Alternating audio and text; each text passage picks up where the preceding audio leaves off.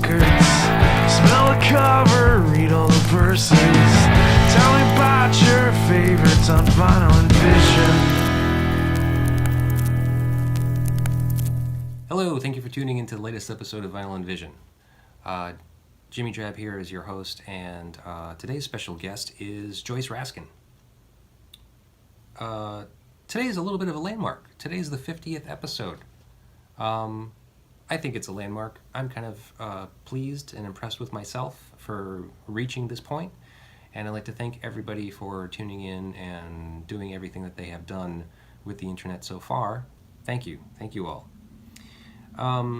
So Joyce is my guest, and she is a amazing, badass female musician, author, podcaster, artist, and I'm sure a few other things that I might be forgetting at this very moment. But obviously immensely talented, and it was really such a joy to get to know her a little bit through this show and speak with her about a wonderful album, Fugazi's 13 Songs, which that album's amazing. It's just fucking amazing. And we had a great conversation. The show's a little long, I suppose. It's kind of a little longer than I usually like them, but I would say that in Joyce's words, we shared a little kismet, and I couldn't bring myself to cut a lot of it, you know? So it is what it is. I think that it's very fun. I think that Joyce and I had a great time. She's just a wonderful, bubbly, excited, enthusiastic person, and I think that shines through.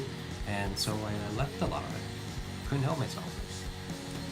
So you can decide for yourself how you feel about it. If you listen to the entire episode, and then if you want to do all the things you do with the internet, feel free to like, share, subscribe, comment, rate, review, and share with a friend if you think it's good, if you think that we had a great conversation, as I do.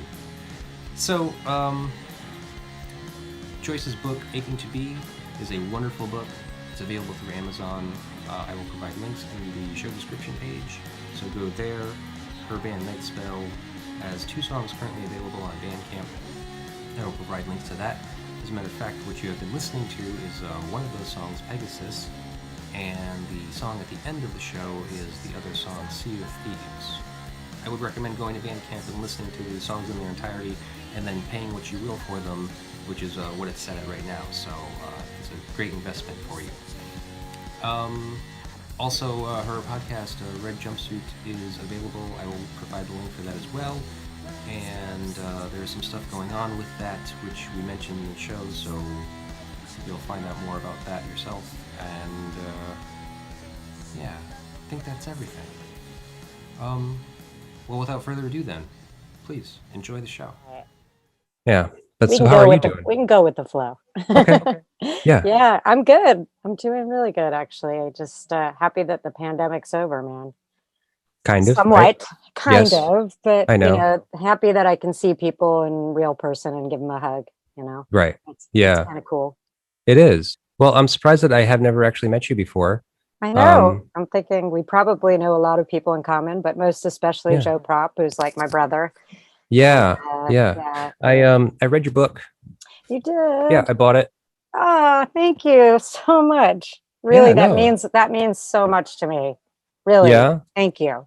Yes. No, it was not a problem. Actually, I found it to be very insightful because it kind of like provides a little insight into the inner workings of the music industry, which I don't think that there's, I don't know, maybe I just don't read a lot. Maybe I'm just not looking in the right places, but it was an insight for me because I have not read anything yet that was kind of that descriptive of the process and like kind of what you guys went through. And everyone's story is different, of course, but your story happened to be horribly tragic. Yes.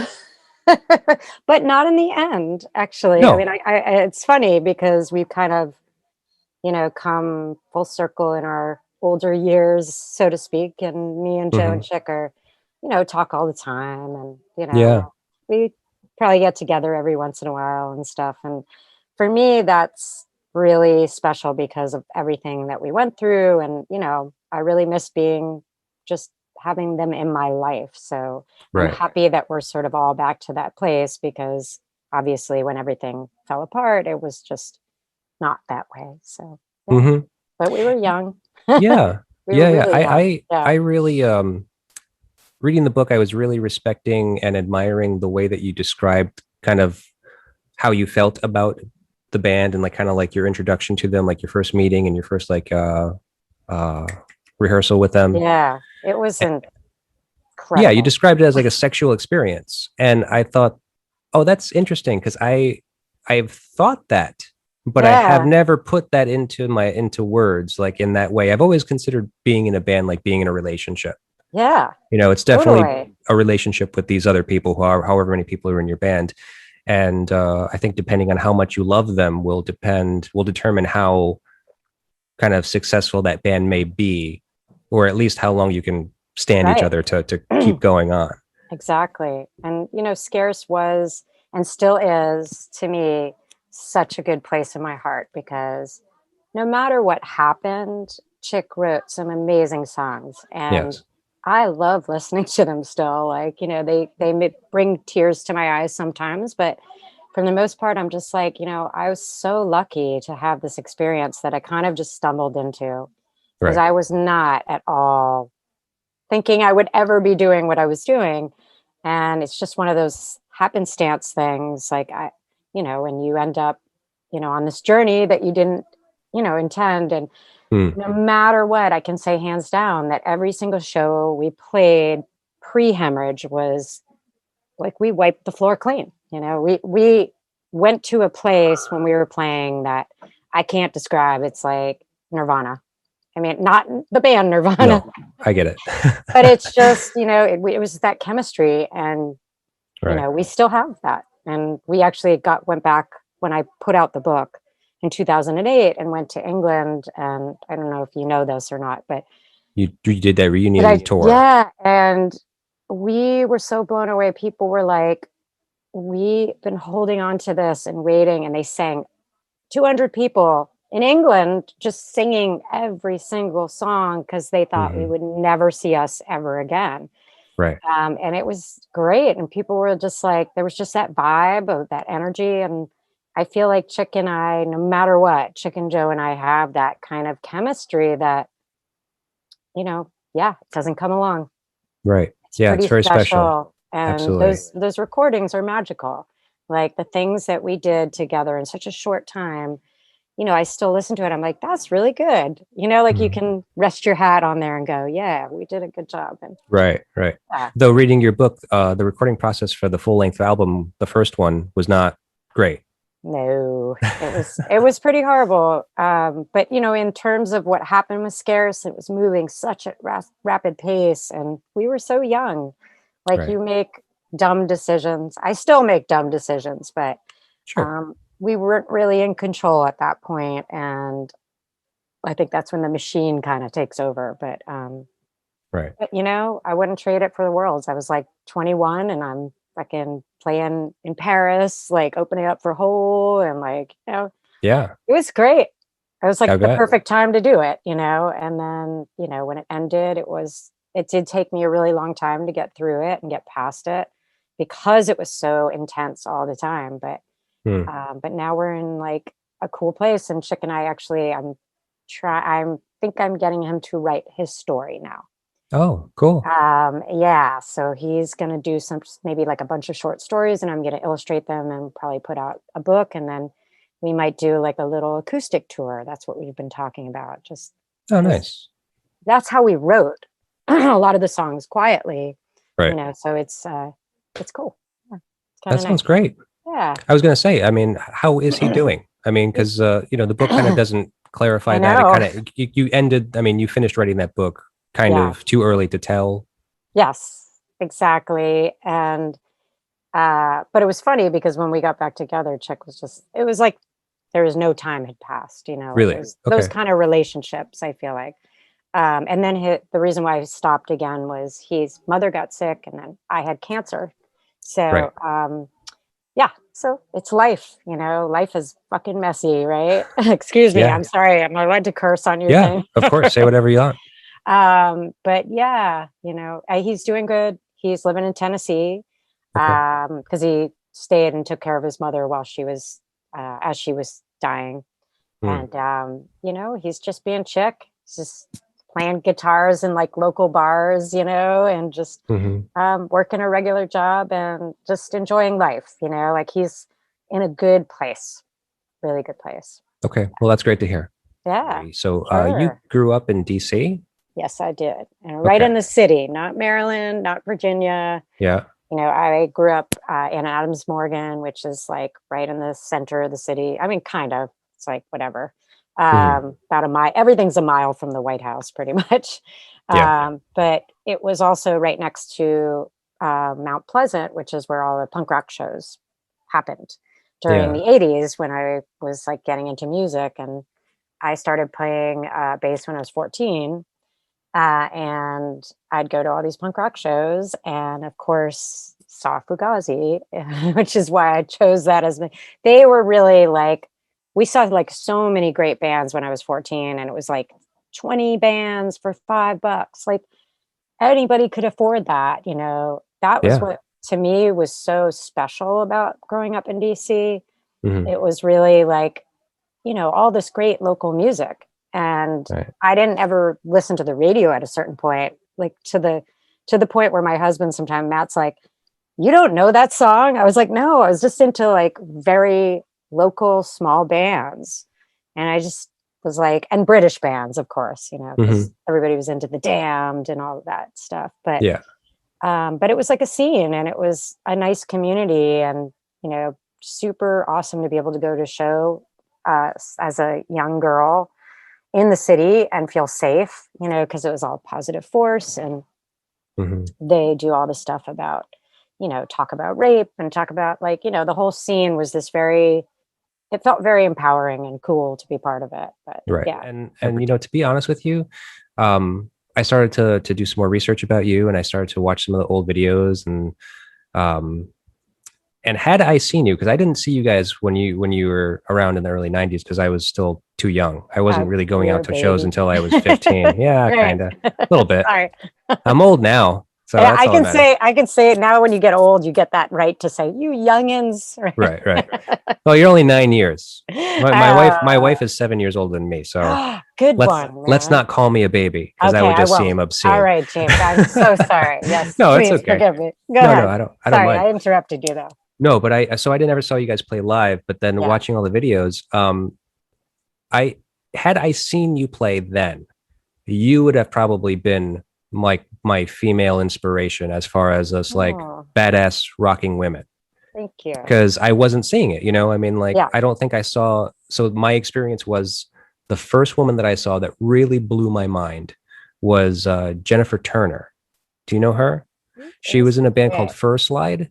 Oh, I've She used heard to of play them. guitar for Yeah. Natalie. What's her name? Oh, From yeah. 10,000 Maniacs. Yeah, Natalie Merchant. Natalie Merchant. Yes, Yeah. she used to play Oh, for her. cool. Wow. Yeah. Was she local? She lived. No, she was No. from New York. Oh, from New York. Okay. In 90, I think it was 98, she and her band First Slide, which got signed to Virgin Records, Yep. came and played the Met Cafe in Providence, and my No band got to open way. up for her.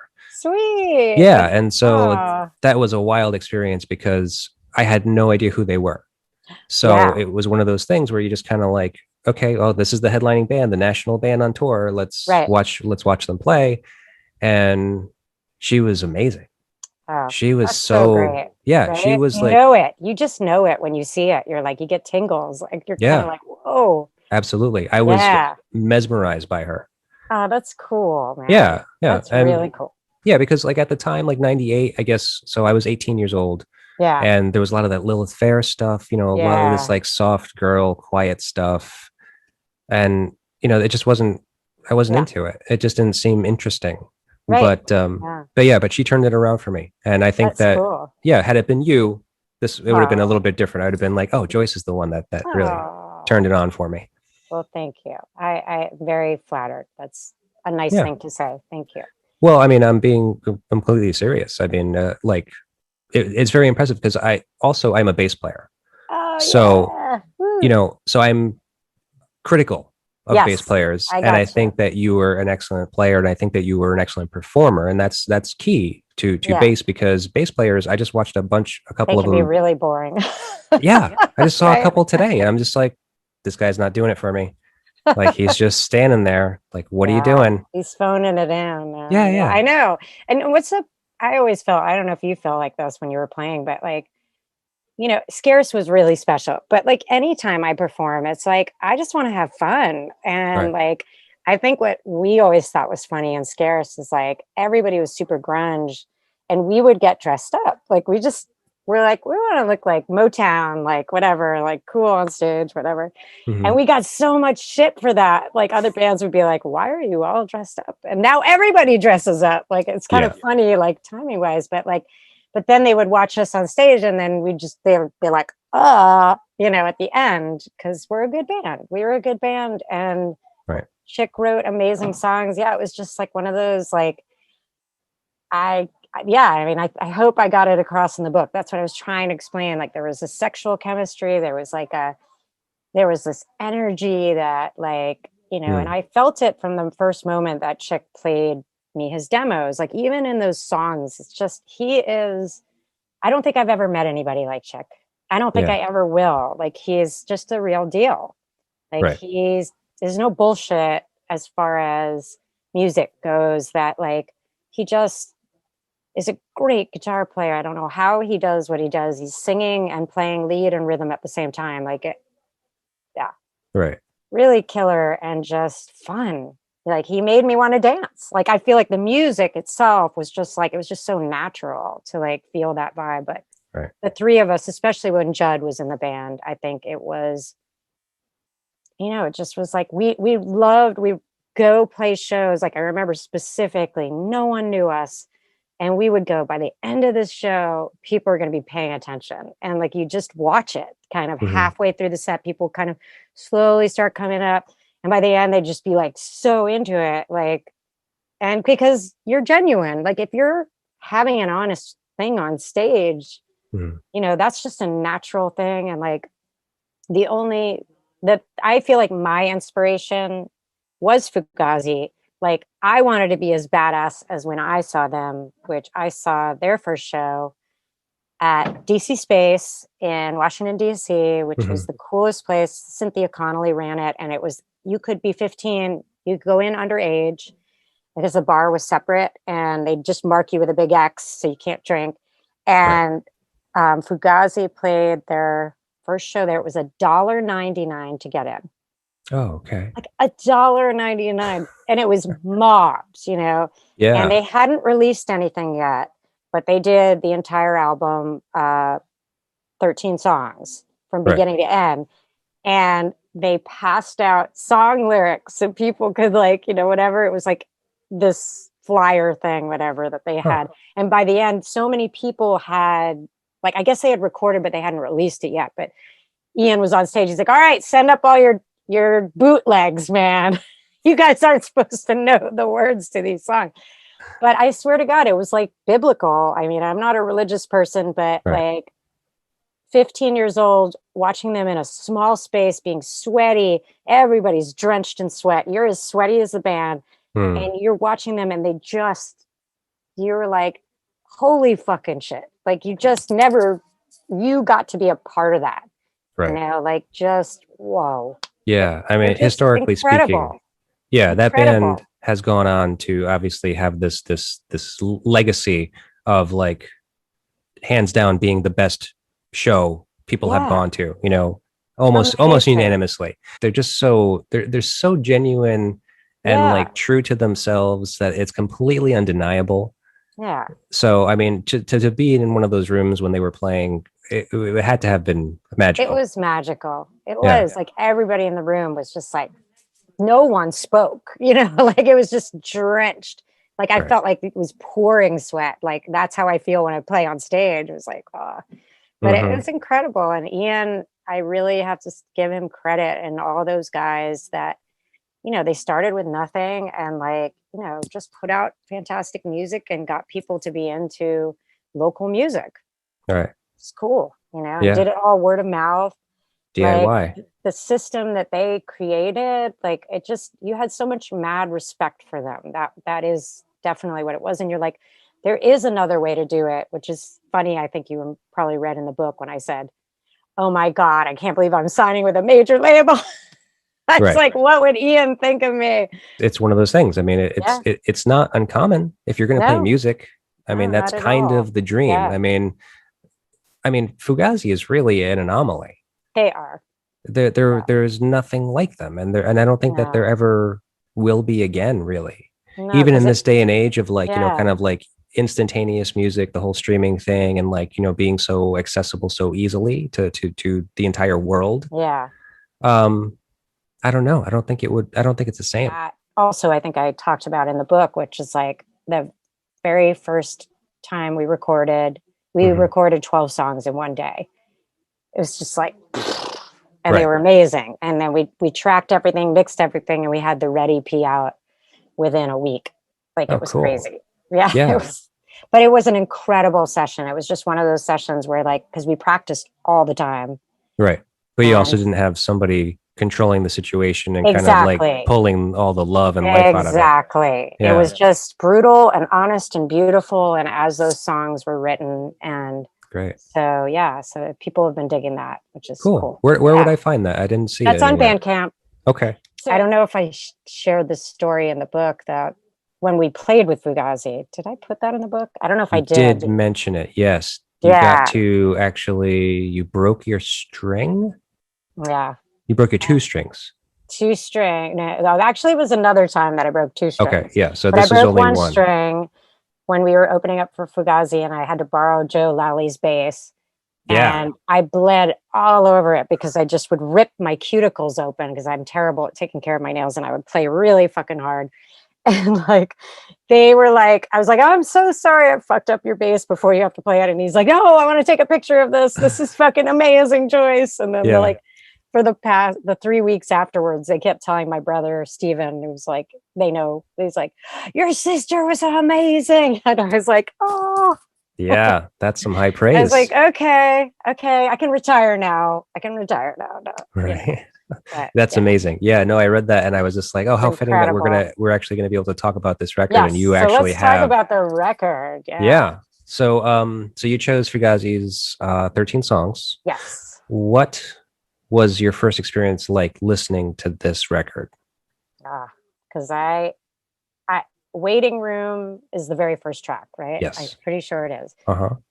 And I had heard it live, and it was just like, you're just like, holy shit. And then you're like, I get to listen to this over and over and over again because it was so exciting the Right. first time I heard it that I was just, oh my God, it was one of those songs, like I got to listen to this like 50 million times and know all the words and know all the stuff.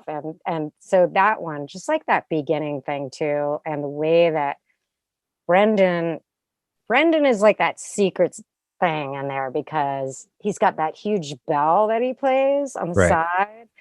And and it just, he's such a great drummer. He's just so great. And it's groovy. It makes you want to dance. Like, Right. It's punk rock. It's like everything good. And that song, just all the stops and shit, you're just like, yeah. And when you're fucking 15 years old or 14 years old, you're like, yes, he understands me. Yeah. I mean, even to this day, I could put on Waiting Room and I'm like, in that signature, it's the song, right? You've never heard anything like that. And like, Yeah. we'd go and protest in front of the White House. Like Fugazi would play all these like, rallies against things that were going on. Right. So it wasn't just that it was the music. You felt like you were doing something positive. You were like standing up for people. You were like, talking about the people who get looked over, talking about, and like seeing them, I saw them probably not long after they did like against Reagan or something. Mm-hmm. I don't remember what it was, but it was right in front of the White House and it was freezing. It was like February and there was so much steam coming off the crowd and it was like surreal and you're right in front of the White House, just playing. And so you just felt like, fuck you. Yeah. We're giving it to the man, Yeah, absolutely. Yeah, I can't imagine what it was like. And So it then, was, and then when everybody, sorry, I didn't mean to oh, interrupt, that's but like okay. Go ahead. in the show, when I am a patient boy, I wait, I wait, I wait, I Right. wait. It's Everybody's so like, anthemic. everybody is singing that with him. Like it's so fucking fun, Right. like you're a part of the show. Like I think that's what Ian Mackay did well. It was like preaching. It Right. was Yeah. soulful. Or exactly. Right. Yeah. So two things. First of all, I was reading an interview with him recently that said, and I had never heard this before, so I was actually kind of surprised by it. Was that he had said that when he started this band, he wanted to create a band that was playing music like the Stooges with reggae. Oh, that's Yeah. interesting. Wow. Yeah. Well, because that explains Yeah. the groove, like the groove Right. The ability of groove. this like hardcore music, Yeah. but having Yeah. this underlying funkiness to it. Yeah. What's like the Clash, man? Yeah. Too, Yeah. like Yeah. that. And I feel like they're a lot like Gang of Four too. Like Gang of Mhm. Four, that tight, like Right. like that I can see that. thing too. But like, yeah, I mean, it's chemistry.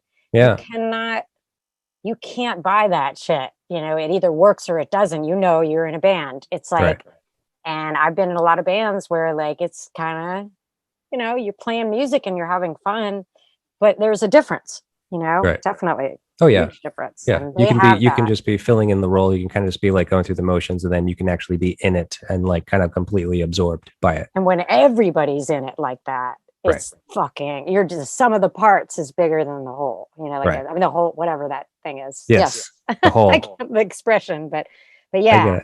yeah, they're So now amazing. wait. So what was you're talking about the first time you? This is the first time you saw them, which was their first show, is what you said. Yeah.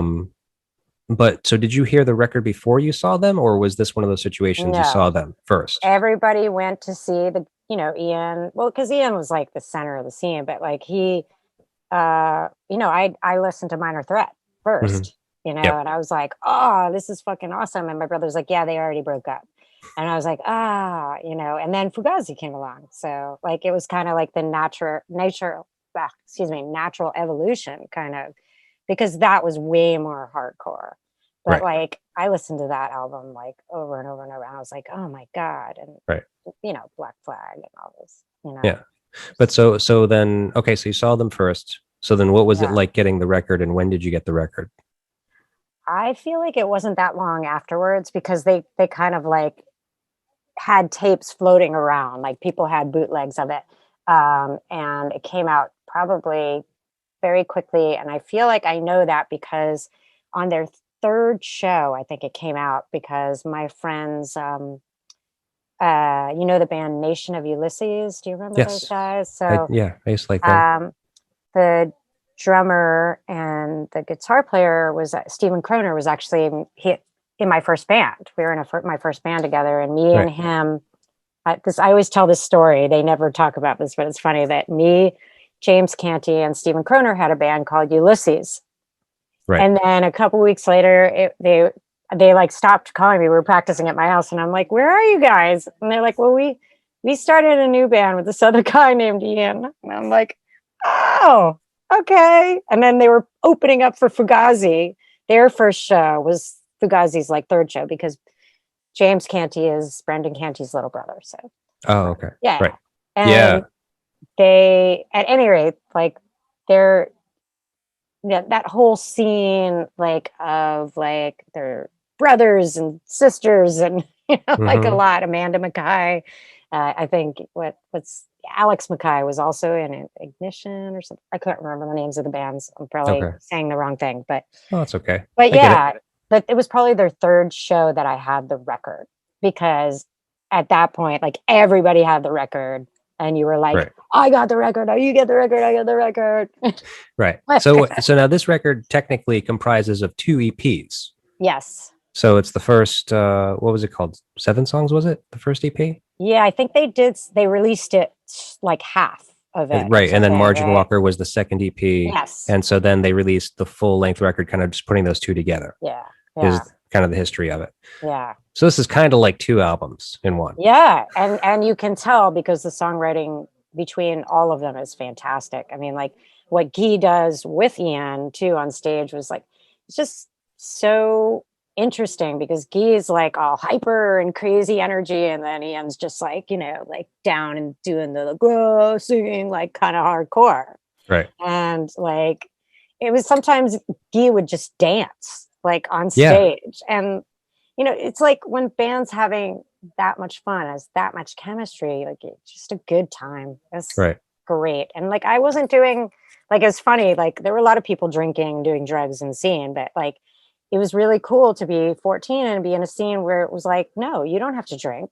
Like you don't have to do drugs. You can Right. just enjoy music. And I kind of compared that with what was on the radio. And I'm like, these people are all dying of drug overdoses and like drinking themselves to death. I'm like, they suck.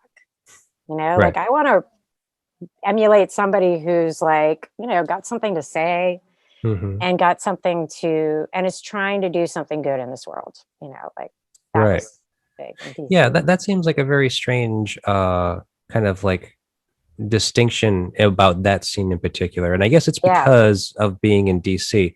I think so. It was so political. Yeah, It with was it being the very capital. involved. Yeah.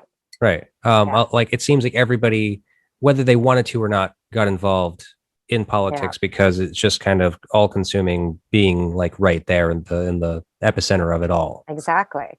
So And right next to on one side of the Capitol, you have like basically million murders happening in this little quadrant, literally next to where they're passing all these bills and no one cares, you know.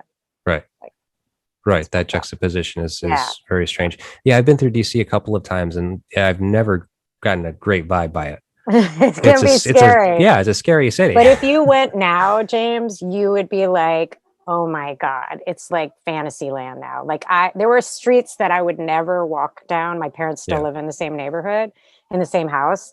And Okay. like, I'm just like walking around the neighborhood, like I wouldn't sit in the front lawn. Like these ladies are out in the yard, you know, like having a picnic. And I'm like, somebody got shot there when I was growing up. Like, you know, it was like a just dangerous city. Yeah. Right. Very seedy. But fun too, like edgy, you know? Yeah.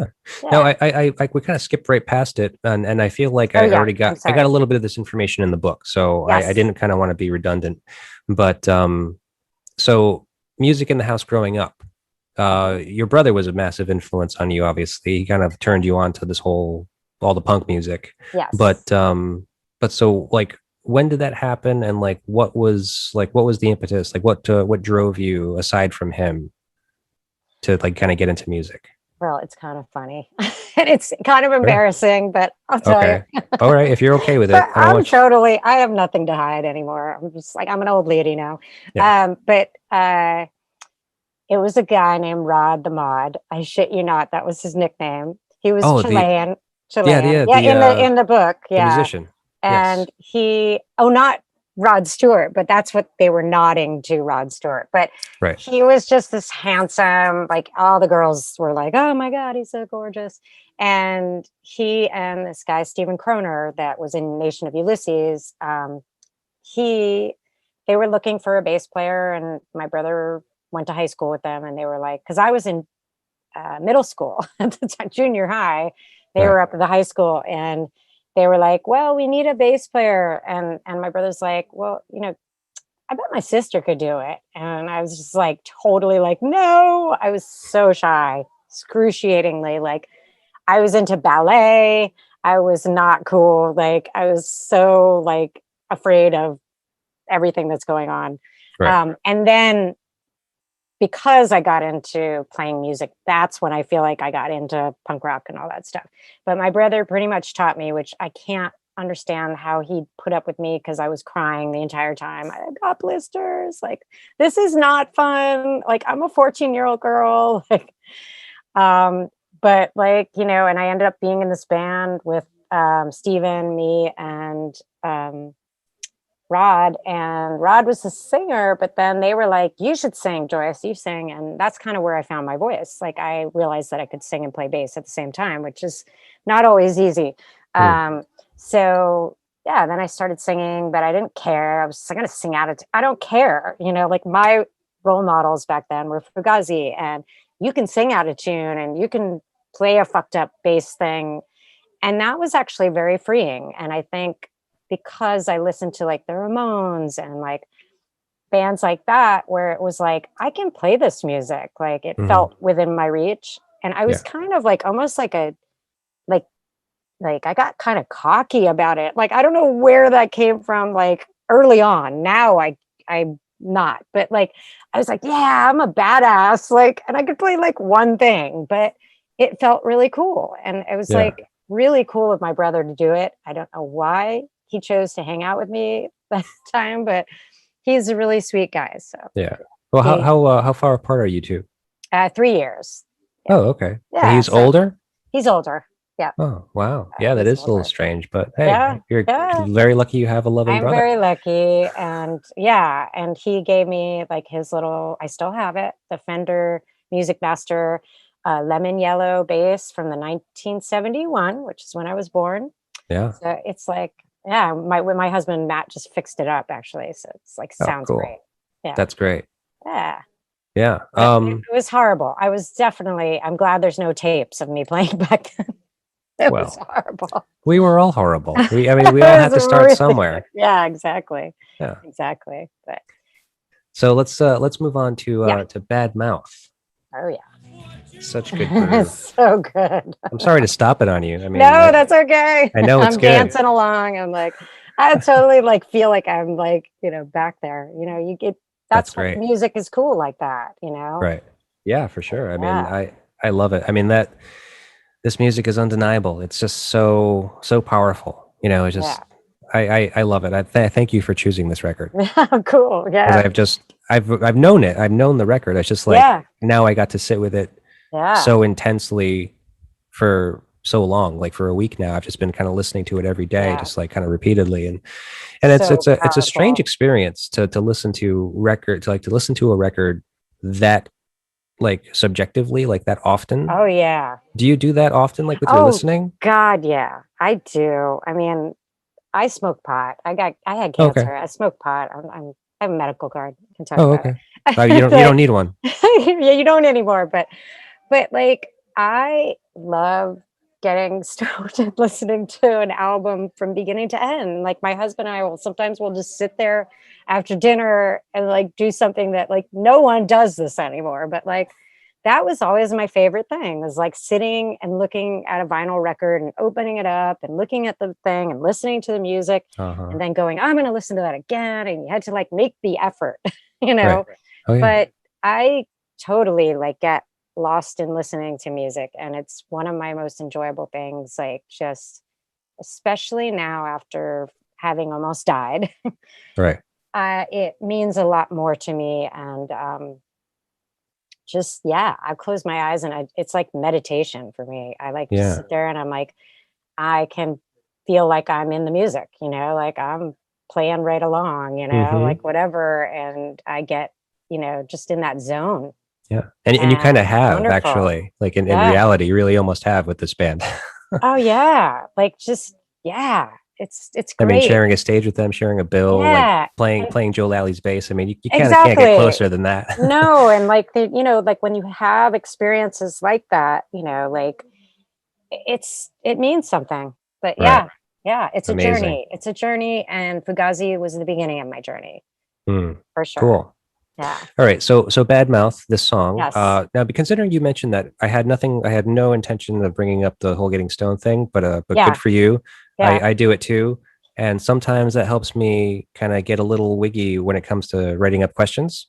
Yes. Because I get a little bit too involved in the music. I'm just like, wait, he said something here. This makes me think about this. And I go that's great. Crazy. Yeah. So we're going to have fun. Yes. So aside from the context of the song. Yes. When has your mouth betrayed you? When has my mouth betrayed me? A lot of times. I think in the beginning with Scarce, like, you have all this attention around you. You have all these people like, whatever, just love your band and want to take you out to dinner and want to do this. And like, you have all this attention being paid to you. Mm-hmm. And at a certain point, you kind of start believing your shit, which is a kiss of death if you ever want to go into music. But like, you sort of feel like you're in this position and whatever, but like, it's it made me uncomfortable too, like very uncomfortable at the Yeah. same time, because I didn't trust it like for a long time. And then, Sure. Well, you what's the know, trust? because it bad mouth, like, but sorry, tangentially bringing me to the fact that like in a couple interviews, I said things I wish I hadn't said because we were joking around, and Chick and I would joke around a lot when we were doing interviews. And then sometimes they would write it seriously, and like in Rolling Right. Stone. Okay. So my biggest bad mouth was in Rolling Stone magazine. Oh, yeah. Okay. Yeah. And it's more embarrassing just because my parents read it, Uh-huh. and I love my parents. They're really great. And the quote was, the guy was asking us, you guys have a lot of sexual chemistry. Mhm. And Chick and I always had this joke about like, okay, do you like that band? Yeah, I like that band. Would you sleep with that band? Yeah, I'd sleep with that band. That's why they're so good. Like we'd have Yeah. this running joke. So people would say that to us. They're like, oh, you guys have sexual chemistry. And we're like, yeah, well, if you don't want to sleep with the band, like, what's the fucking point? Everybody should go and Yeah. have sex after we finish playing or whatever. And that's what they quoted. They took out all the context and it was like, everybody should have sex all the time or something. And I was just like, oh my God. And my parents like, oh, that was interesting what you said, Right. But, Just like you you know, don't understand. They in print, it's not the same. no, exactly. And I made it once in the page 6 column. I don't know if I put that in the book about with Radiohead. No, I don't think so.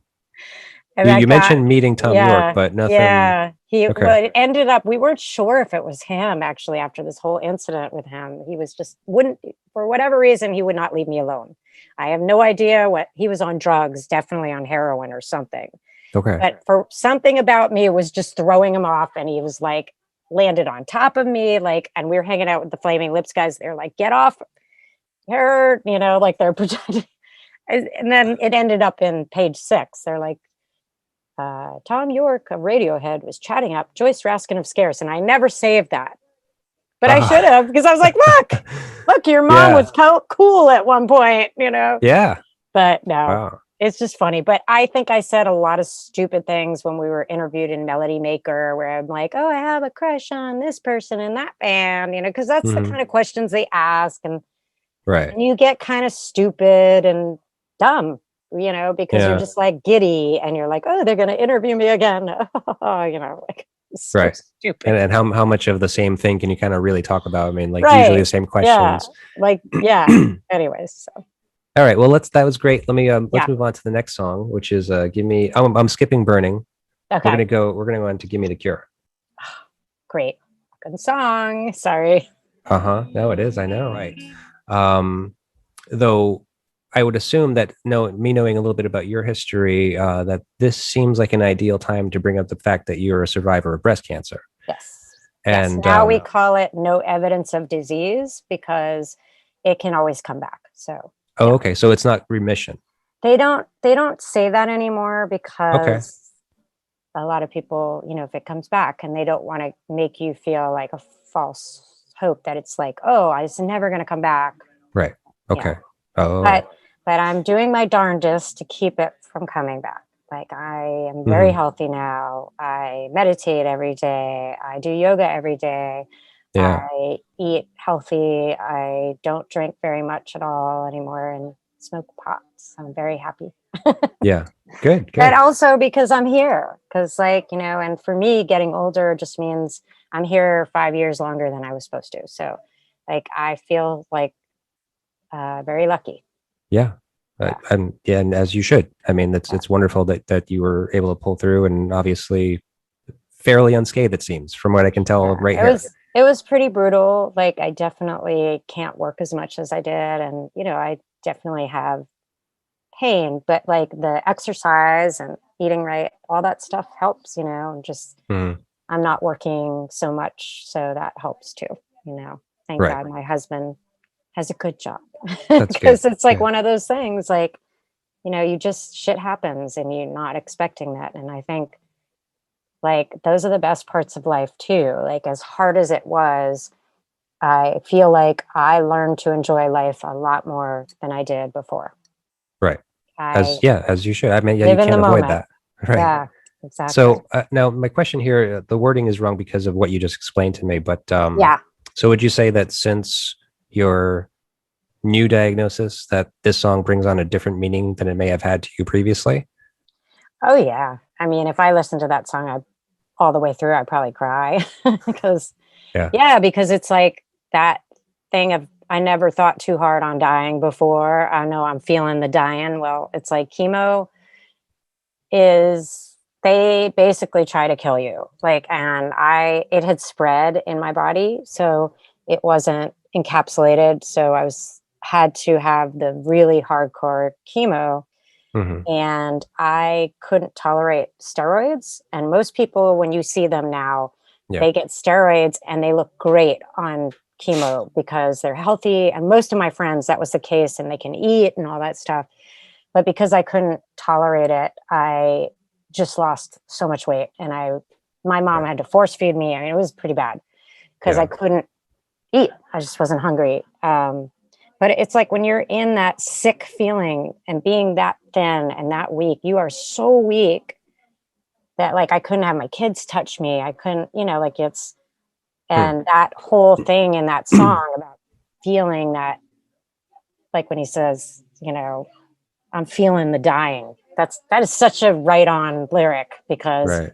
you're feeling death. You taste death. You smell death. You experience death because basically getting your blood checked and this checked and that checked, and you have this thing coming into you. Right. It's brutal. Like, And you just brutal. feel it. I mean, like anyone that has not suffered any kind of like, potentially fatal illness and face the possibility of like this thing may kill me. Yes. We've had our moments where it's like, God, I feel like I'm dying. Yeah. And And when like you feel so sick, like it's like a 10 million times worse than that on chemo. It's just yeah. like it's like they put an atomic bomb off in your body, and it's like kind of after the hardest part has been for me reconnecting with the world, Yeah. because for a while it was too much for me. Yeah. And it's funny because Chick and I sort of had a recent talk about that, because he said the same thing after his brain hemorrhage for about 5 years. He said he couldn't feel any emotions. And he said it's really fucked up to feel no emotions because that's what ties you to the world. And so he's like, am I in hell? Am I in heaven? Am I here? Like Right. and mine wasn't as severe as that, but like my feeling is that, you know what? Most shit does not matter. All that matters is your health. Yeah. That's it. Right. Because if you don't have good health, the world is pretty cruel. Like I actually worked a job right afterwards where I left because they were so hostile to me about when I was saying like I need some accommodations and things like that. And you just realize the capitalistic world has no time for the sick. Yeah. You're Right. That's horrible. So yeah. So I'm back to my Fugazi thinking, man, fuck it. Live on $5 a day. Like I really actually, it's funny because I've really simplified my life since then. Yeah. And I really careful about how I spend my time. Cool. Yeah. Okay. That's great. All right. So we should move on. Yes. So Margin Walker, I'm not going to play the song. I only have one thing to say about the song. Yes. Is this Fugazi's attempt at an unrequited love song? God, I don't know.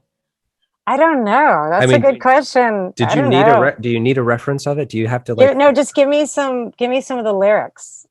I always thought it was like an outsider thing. I don't know. Like I always think of their songs as like the outsider person who's on the street and like try not to get beat up or fucked with or like stand your ground, or I don't know. Yeah. Like that's what it meant to me. I don't know. But if you have some of the lyrics, I'd love to remember what the lyrics are. Were you able to pull it up? Yeah. So you make yourself so beautiful. You make yourself so beautiful. And now I feel like I'm going to set myself on fire. Oh yeah. Yeah. Like the next You're one so beautiful. Yeah. The next one that makes me think about it is well,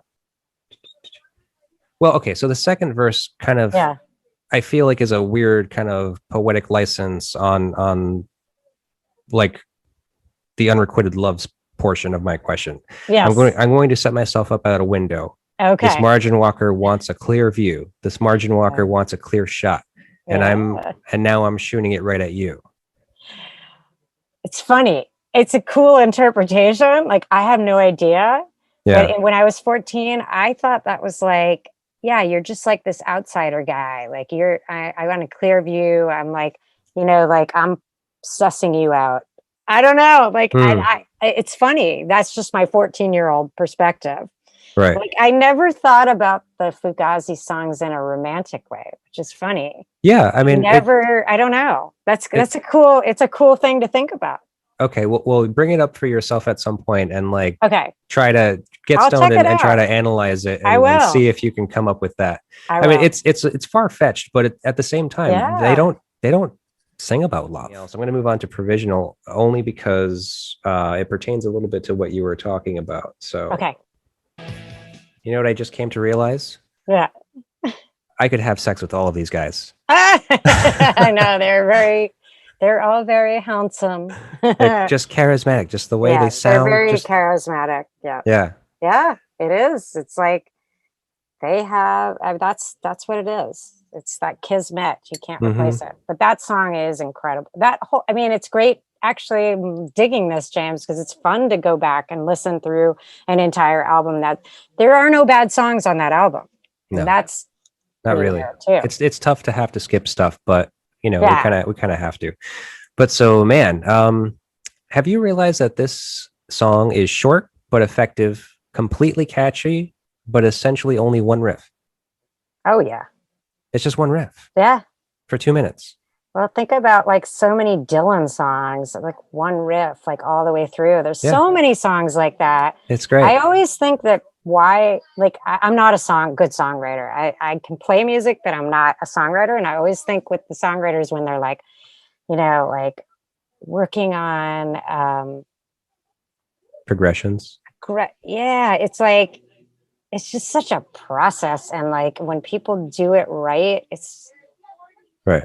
It's meticulous. It's magic, and but it's meticulous too. Like they think about the words. They rewrite it and rewrite it and rewrite it. I mean, can't tell you how many times Chick writing those lyrics over and over and spend time with that. And sometimes the simplest thing is the perfect thing, and it becomes like this just perfect little riff. And you're like, sometimes that stuff can be more powerful. Because it leaves room for the guitar and it leaves room for the vocals to do something interesting. And it's very Gang of Four to me too, because Gang of Four, it's all that riff. It's all about the rhythm. You know, if they're a rhythmic band, that's what it is. Right. Yeah. So back to provisional.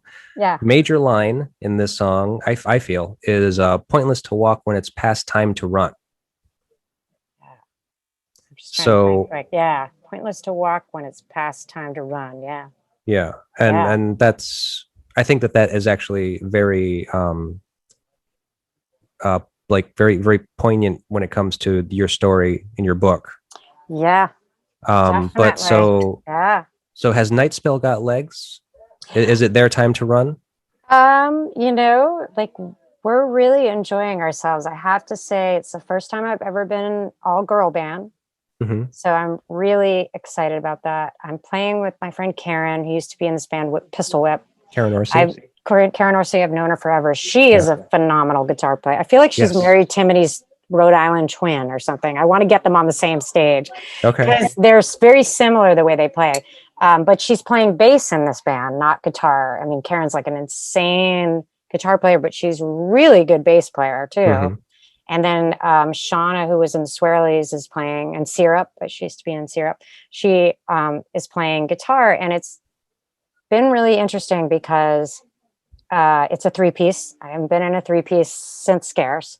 And we just know each other really well. And so we do a lot of jam sessions and just kind of fuck around and see what happens. And like really cool shits. It's like fun, like I enjoy it. Yeah. And I guess that's all I can say. And if people enjoy it, people enjoy it. If people don't enjoy it, don't listen, like that's sort of where I'm at. I'm like, hey, hey, Right. thanks for trying it out. Like it's definitely like more like girl groupy. Like we kind of like all love the Ronettes and like, like kind of that the Supremes and all that Hmm. cool like girl group Yeah. singing wise. But we get pretty like me and Karen have been doing like kind of Zeppelin-y, psychedelic. I kind of want to say we're doing stoner rock now because Sure. it feels Because like you that guys get sometimes. stoned. We do. And it's like really just phenomenal to have good Yeah. girl relationships in music because I've never had it. And it was Right. that's really special to me. Yeah. And we have 2 songs that we released so far on Red Records. There's videos out there and it's on Bandcamp. Yep. I've seen Red them. on Red I've listened to it. Yeah. It Yeah. sounds And we great. made the videos ourselves and we just, like Sean and I we just have fun. Like, and that's really where we're at with music right now. And Yeah. I But feel like I'm 14 again in that way. yeah.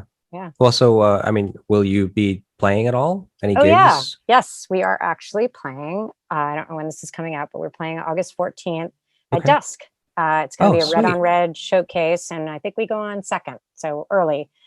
Great. But yeah, we'll be playing live for the first time. Nice. And here in Providence. Yeah, in Providence. I'm That's happy it's great. Providence because I love playing in Providence. It's just fun. It's a great city. Good people. I still have so many friends there. And like, yeah. Do you know Hash? Yes. Are I you spoke to related to Hash. him? I'm like, you guys look like you could be brothers. Oh, no, we're not related, unfortunately. But my brother was here from Portland, Oregon, and I brought him to a show that he was Yeah. playing. And I just walked backstage to go meet him. And he was just like, "What are you doing here?" And he's like, "Who's this guy?"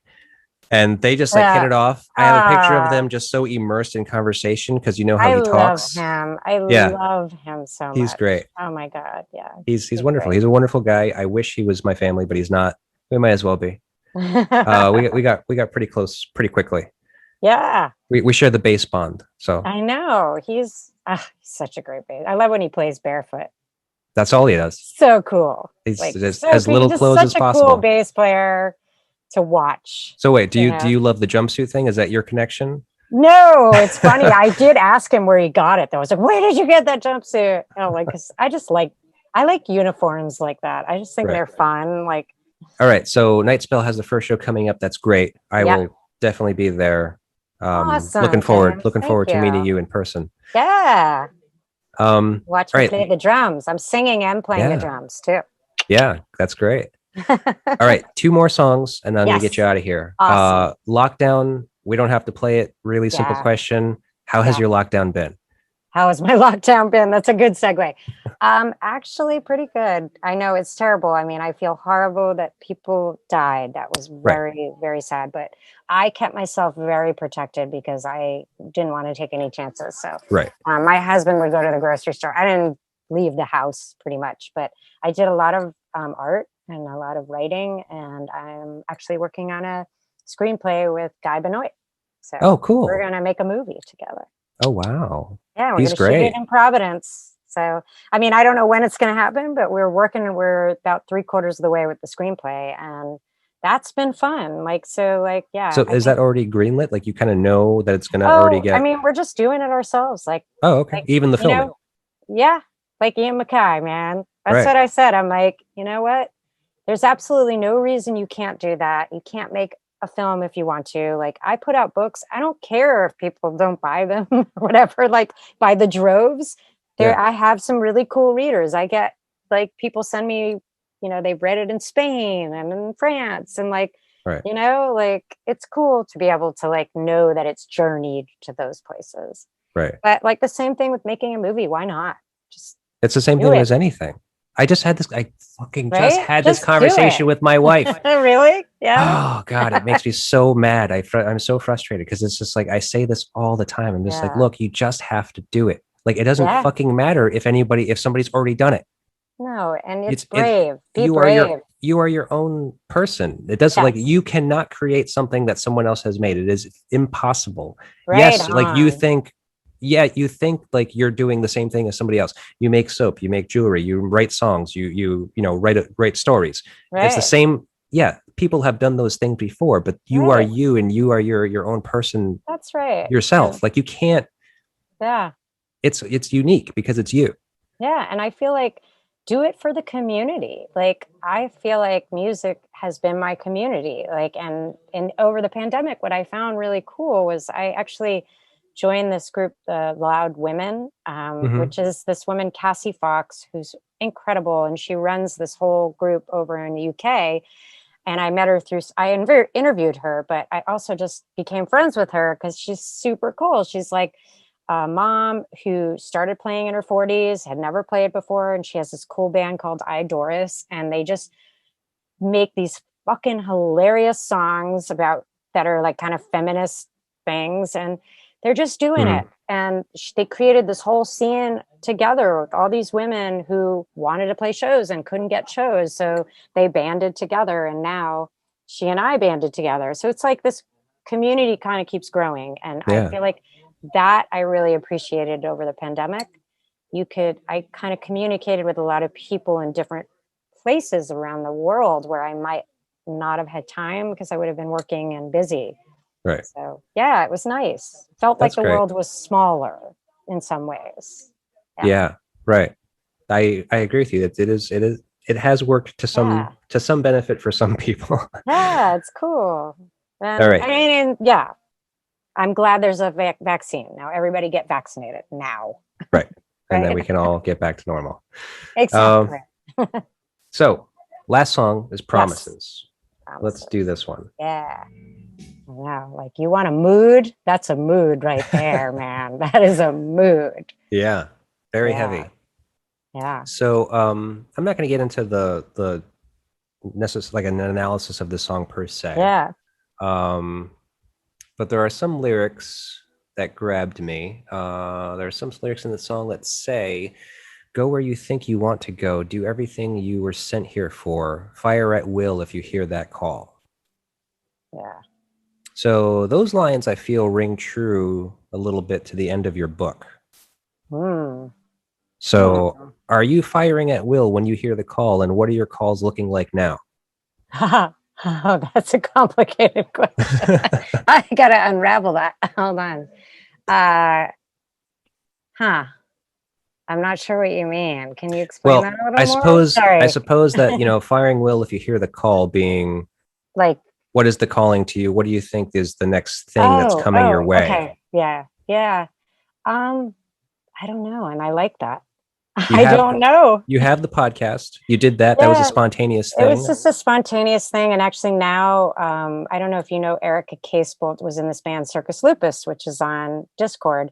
She's Okay. actually now, we're transitioning over and she's going to do take over Red Jumpsuit and make a beauty column, a beauty podcast where she's actually going to be interviewing people in the music scene Oh, about beauty, but it's not beauty the way you think. It's more about like living well and leaving clean and okay. all this stuff. It's cool. As she's working on it, we're probably going to launch it in the fall. She's working on Oh, it right now, but she was on Discord, and she and I knew each other from the scene, but right. we just reconnected via Facebook, and I was telling her I'm kind of burnt out on doing this, but I don't want to stop. I was like, how about you take the baton and take it over? And I said, when you get sick of it, pass it on to someone else. So it's like a community. Wow. And I Okay. want it as a resource, a community, and we'll just keep growing it. And it's kind of cool. So Yeah. I don't That's a know great what's going to idea. happen with that, but I just wanted a place that I could go to like show people like all these amazing women, just Right. like in Right. one place, um, and celebrate that. Yeah. And but I think actually what I speaks most to me now is writing, and I am very much into doing this movie and the screenplay. I love writing screenplays. I think I'm better at it than writing books, actually. Okay. And I just kind of I want to learn about the process of movie making. I just want to explore it as an art form. Hmm. And I think that's where my head goes these days. Like there's a lot more that I want to write, but I haven't quite figured out what it is yet. I'm exploring that. But Okay. I am going to probably put out another book. But before that, I want to put out Chick's story because I want it, and maybe actually might bind it together with Aching to Be as into one book. So eventually, Yeah. but I just want him to tell his story because it's incredible and from his point of view. Right. And so he's working on that. So we'll see Cool. what happens. But yeah, writing has been my joy. I do it every day. I am constantly thinking about ideas. I write it down. I come back to it. I love creating a world and characters, and these characters in the movie are really cool. And so just to give you a tidbit without like, we're not ready to sort of say exactly what it's about, but it is going to be a strong female lead, and it takes place in the late 90s when this group of people are sort of in between, like not quite ready to give up the music scene, but but like not sure where they're going next. And it's like 24 hours in their lives around Providence. Okay. I mean, we may not say that it's Providence, but it is going to be set there probably. But yeah. Okay. But just because Providence was such an interesting place to me, like I went to RISD, so I had that experience, but then I stayed to be in the band, and then I met like all these people who grew up here and in the music scene, and just really great people. And yeah, Providence has always been kind of this interesting place of like mixture of bands. Like even in the 90s, it was like you had this band that was more punk, or this band was more pop, but we all played shows together. Like, you know, it's cool. Yeah. I think because there were so few of those bands and like few good bands that because they were different genres, it didn't really matter. They just wanted to put those bills together. Yeah. So we're that's really working interesting. on that. Yeah. Cool. So, and I really want to like film it. Like I kind of am like, I've been messing around with like filming little things and just practicing. Like, so while I'm writing, I can think about the visual, because when you do a screenplay as opposed to a book, you have to give so many directions. Like most of the time you're like, a bird is cawing in the background, the door slams, you know? So when I write with Guy, like I actually, when I'm doing, like we go back and forth, but when it's my turn, like I sit there and I act it out and I get into it and I'm like smoking a cigarette, you know, like driving, like I fucking love it. I'm like, I would love to act. I don't know, you know, like who knows? Like I am excited to just have some new experiences. Okay. That sounds great. And you know what? It's funny that you said that, because I read your book. Very easy read. Yeah. Thank you. Very easy read. I if I was not so busy, I would have finished this in a day, but it took me 2 sittings instead. Good. But this reads like a movie. Yeah. Like I can see this being the Scarce movie. You never know. You never know. Actually, what I told Chick I wanted to do, actually, and he laughed at me. I don't know if but I was like, I want to take his music and like animate to it or something, and like make a short film or something. Like he just watched this movie. I don't know if you ever saw The Triplets of Belleville. Did you ever see that? Yeah. And it's so interesting. It's so different. And I was so like, he was sort of saying like, oh, maybe we could like illustrate something like that to the music. Because I feel like, he wrote like 50 great songs, and pretty much no one has really heard of Scarce. And so, I mean, not like, you know, like we have a little pockets here and there of people, but really get forgotten. So like what I've been sort of doing is just slowly not reintroducing, but like introducing Scarce to people who don't know who we are, you know, and just sharing the music or sharing some photographs or, and, you know, it's like, it's nice. Like there are people that have come out of the woodworks who are like, oh, I didn't know you knew us, you know, like, so it's nice. It's nice to not be forgotten.